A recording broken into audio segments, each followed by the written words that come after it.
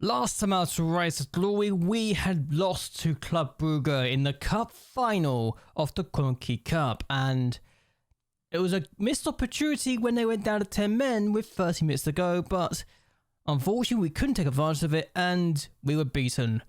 Our first major final and we're losing it. We had a few games left to finish off the season and a very slim chance of winning the league, but could we even do it? Well, let's find out together. Well, if we wanted to have a good chance, take a lead against Club Brugge was a great opportunity. However, they got an equaliser in the 56th minute of the match and we couldn't get a second goal. Unfortunately for us, we were denied by Club Brugge today and we were not going to win the league at this point in time, especially if we can't beat them. However, we took on Head in the next match and we managed to win by a goal to 0. We did get an injury sadly enough, so it wasn't all plain sailing, but we got the win. And it was important to keep this charge up to even have a small possibility of winning the league still. We then took a MacLeod and we beat them by 3 goals to 0 in the next match to give ourselves a good chance and just to help our goal difference a little bit. We needed this kind of confidence going into the last game of the year and hopefully could do more of this. It turns out in the last game of the season and in the last game that Miguel Bajerano will ever play for us, we could. He got a 4-goal hat-trick against Anderlecht and it was one hell of a way to say goodbye because this is his last ever game. Real Madrid offered him a contract, he accepted it. I tried to talk to him after this game had happened and I couldn't get a deal sorted. So Miguel Bajerano is leaving us on an absolute high. A wonderful way to end your time at Standard Liège. And we destroyed Anderlecht again at home. And I don't know why we're so good against them at home at times. Unfortunately for us, it did not mean enough. We were not able to catch Club Brugge, who went unbeaten this year. We, however, were able to close the gap to just 4 points in the end, which is much better than last season. However, the league season is not done. Westerlo take on Leuven to try and get themselves back into the top flight of the Jupiler Pro League, and things are happening elsewhere. If we were to compare this to last year, we were 10 points off the pace last year. We've closed the gap by 6 points, so it's good, just not good enough. Club Brugge drew 4 of their last 5 matches admittedly, so whether or not we would actually be able to do it anyway really remains to be seen. However, we were linked with West Ham United, who just sacked their manager at the end of this season. They had named me the #1 choice for the bookies, and I didn't say anything. I said nothing. I just kept my cards to my chest, because even though I don't really plan on leaving, it never hurts to have an interview to try and up my own pay. However, one thing, if I wasn't already deciding against joining West Ham, has turned me off them for a while. Their current chairman has withdrawn his financial backing with immediate effect. And yeah, that's not ideal for me. I'm not going to take any notice of West Ham as a result of that. But still, let's review the season and no confettis, nothing. It was apparently a regular season for us. As for who was the sign of the season, Nelson Di Bartolomeo was the sign of the season. And we had a few players that were really good and we made some good calls with our transfers this season, it feels like. Even though some of the players did not live up to their billing and weren't amazing, we still made some really good calls here. And even though we probably didn't make as much money as I wanted, we still made some good monies here. And this was definitely a very good season for us financially. But still, despite the fact we didn't win the league, we did close the gap to Club Brugge at the top in the end. And given that we are 19 points behind them going into the championship phase, the fact we only ended up 4 points behind them at the end is still really good.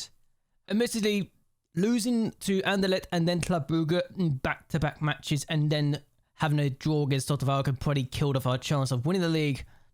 And that's not even talking about the fact we lost against them away from home in the league as well. But I think it's been a good season regardless. We've had a good year. We just need to make sure we are better going forward, I feel.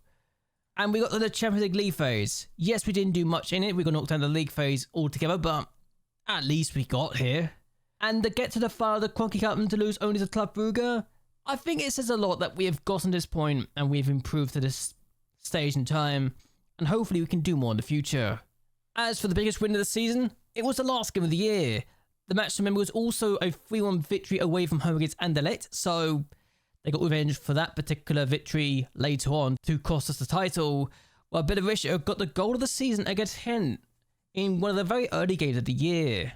Financially, we've improved massively, and more broadcast revenue, more sponsorship, more corporate hospitality, more matchday commercial retail, and more prize money. We're benefiting the club, we're making sure the club is well off long term, and I want to win all the trophies in Belgium before I leave this club, I think, and that will be my ultimate goal now.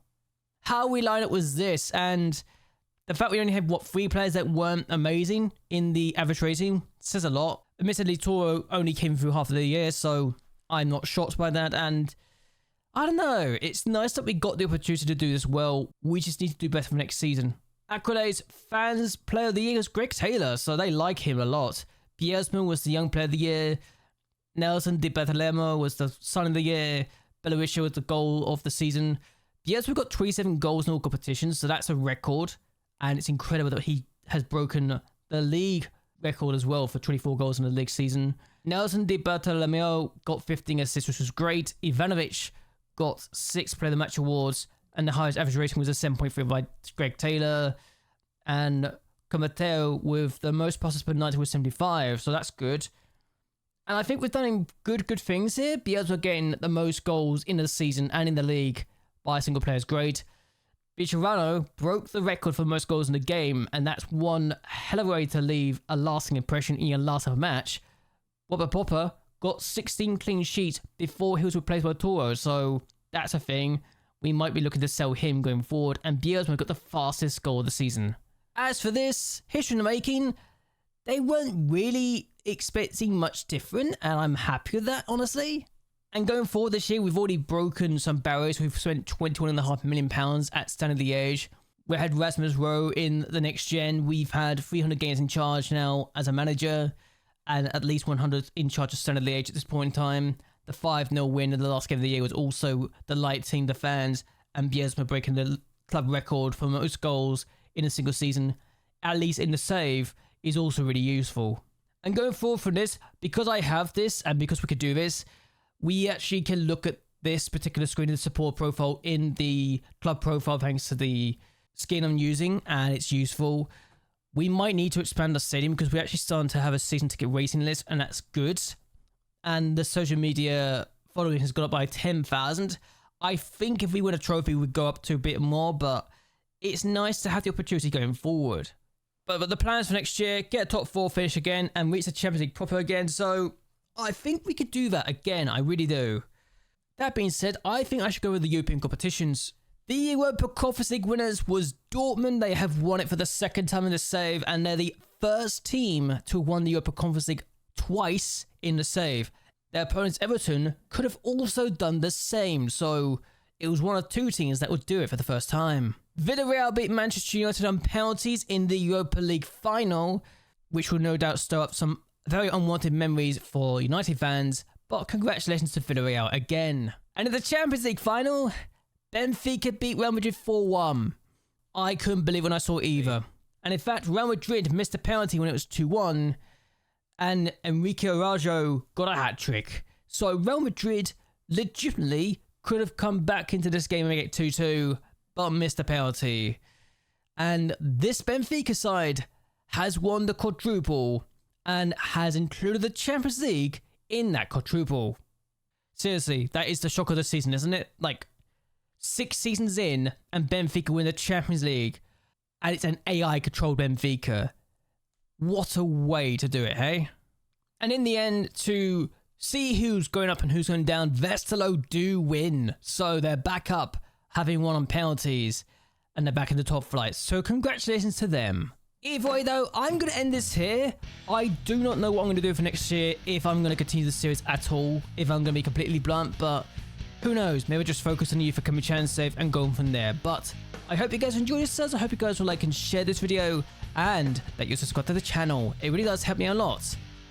Surely, the Shock Champions League winners deserves something, eh?